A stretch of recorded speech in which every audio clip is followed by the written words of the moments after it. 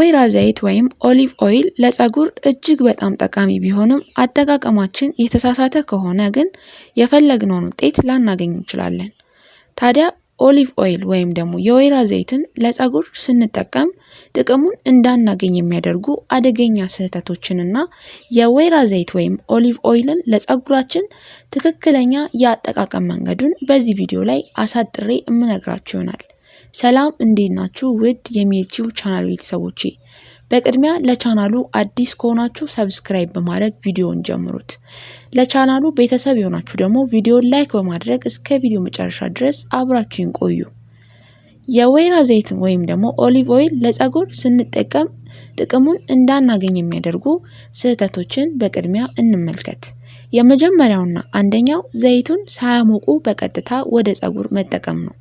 የወይራ ዘይት ወፍራም በመሆኑ ቀላሉ ወደ ፀጉር ውስጠኛው ክፍል አይገባም። ዘይቱን ለብ አድርጎ መጠቀም ዘይቱ በቀላሉ ወደ ፀጉር እንዲገባና ቆዳችን እንዲመገብ ይረዳናል። በጣም ማፍላት ግን ንጥረ ነገሩን ስለሚያጠፋው ጥንቃቄ ያስፈልጋል። ሁለተኛ ስህተት በቆሸሸ ፀጉር ላይ ኦሊቭ ኦይልን በቀጥታ መቀባት ነው። ፀጉራችን ላይ ኬሚካል ወይም አቧራ ካለ ዘይቱ ወደ ውስጥ እንዳይገባ ይከላከላል።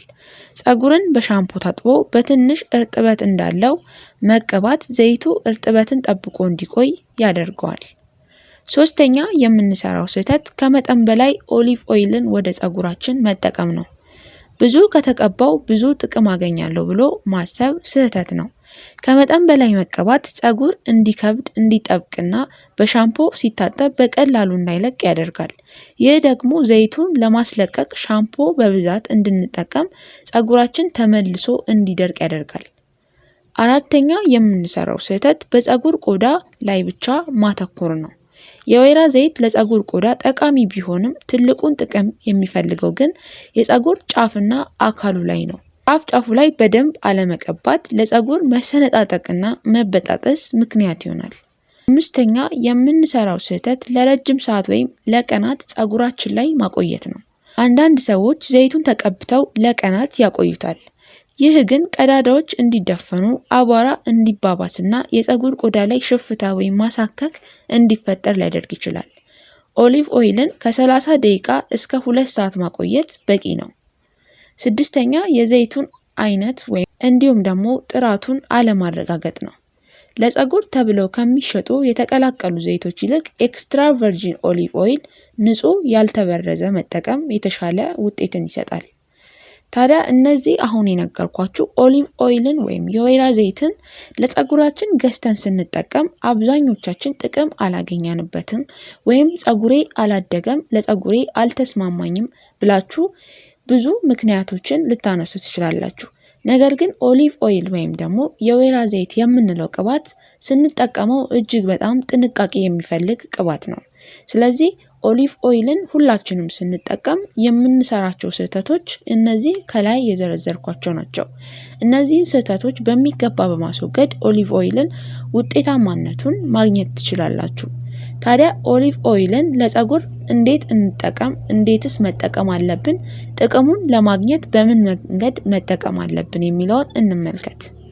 ታዲያ የወይራ ዘይት ወይም ኦሊቭ ኦይልን ለፀጉር በምን መልኩ ብንጠቀመው ለፀጉራችን ጠቀሜታ ወይም እድገት እናገኛለን የሚለውን እንመልከት። የወይራ ዘይትን ወይም ኦሊቭ ኦይልን አሁን በምነግራችሁ 3 መንገዶች መጠቀም የተሻለ ውጤት ማግኘት ይቻላል። እንደ ፀጉሮ ሁኔታ እንደ ምርጫው አንዱን መምረጥ ይቻላል። የመጀመሪያውና አንደኛው ሞቅ ያለ የዘይት ህክምና ሆት ኦይል ትሪትመንት ማድረግ። ይህ መንገድ ለደረቀና ለተሰባበረ ፀጉር እጅግ በጣም ጥሩ ነው። በመጀመሪያ ጥቂት የወይራ ዘይትን በሰሃን አድርገው ለብ እስኪል ድረስ ያሙቁት።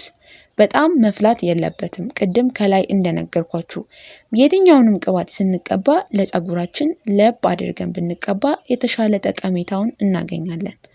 አጠቃቀማችንም ፀጉሩን ለየብቻ በመከፋፈል ከቆዳው ጀምሮ እስከ ጫፍ ድረስ በደንብ መቀባት ነው። ከዛም ለ5 ደቂቃ ያህል የራስ ቅሎን በጣቱ ጫፍ ቀስ እያደረጉ ማሸት የደም ዝውውር እንዲጨምር ይረዳዋል ማለት ነው። ማቆየት ፀጉሩን በፕላስቲክ ካፕ ወይም ሻወር ካፕ ሸፍነው ከ30 ደቂቃ እስከ 1 ሰዓት ኦሊቭ ኦይልን በዚህ መልኩ ፀጉሩ ላይ ማቆየት ይችላሉ። ከዛም ለብ ባለ ውሃና በሻምፖ በደንብ መታጠብ። ሁለተኛው የአጠቃቀም ዘዴ እንደ የፀጉር ማስክ ሄር ማስክ የምንለውን መጠቀም። ጥቅሙን ለማሳደግ ከሌሎች ነገሮች ጋር ቀላቅሎ መጠቀም ይቻላል። ለምሳሌ ከማር ጋር 3 ማንኪያ የወይራ ዘይት ከ1 ማንኪያ ማር ጋር ቀላቅለው መቀባት ለሚያብረቀርቅ ፀጉር ይረዳል። ከእንቁላል ጋር 1 እንቁላል ከ2 ማንኪያ የወይራ ዘይት ጋር በመቀላቀል መቀባት ለፀጉር ጥንካሬና እድገት ይረዳል። አጠቃቀሙም ድብልቁን ተቀብተው ለ30 ደቂቃ ያህል ካቆዩት በኋላ በቀዝቃዛ ወይም ለብ ባለ ውሃ መታጠብ ያስፈልጋል። ሙቅ ውሃ እንቁላል ፀጉር ላይ እንዲጣበቅ ስለሚያደርግ አይመከርም። ስለዚህ በቀዝቃዛ ውሃ ሙልጭ አድርጎ ከፀጉር ላይ ከ30 ደቂቃ በኋላ ማስወገድ ይመከራል። ሶስተኛ የአጠቃቀም ዘዴ ለዕለታዊ እንክብካቤ ለደረቅ ፀጉር ጫፍ መጠቀም። ፀጉሩ በጣም ደረቅና የሚሰነጣጠቅ ከሆነ ጥቂት ጠብታዎች ብቻ መጠቀም ይቻላል።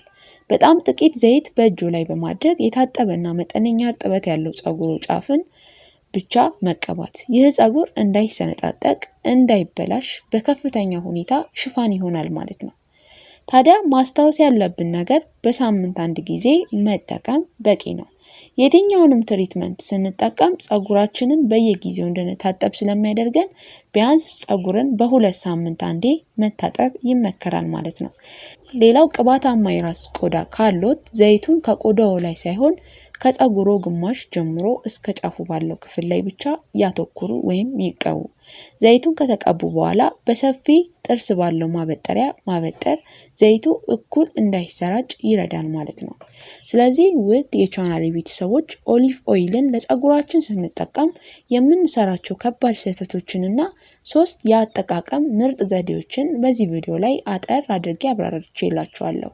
ይህ ቪዲዮ ለብዙ ኦሊቭ ኦይልን ቅባት ለሚጠቀሙ ሰዎች ጠቃሚና አስተማሪ ቪዲዮ ስለሆነ ሼር ላይክ እያደረጋችሁ ለብዙ ሰዎች አጋሩ። ከኔ ጋር በአዲስ ቪዲዮ በዚሁ ቻናል ላይ እስከምንገናኝ ሰብስክራይብ እያደረጋችሁ እንዲሁም ላይክ እያደረጋችሁ ቤተሰብ እየሆናችሁ ቆዩኝ። እስከዛው ቸር ቆዩልኝ። እወዳችኋለሁ።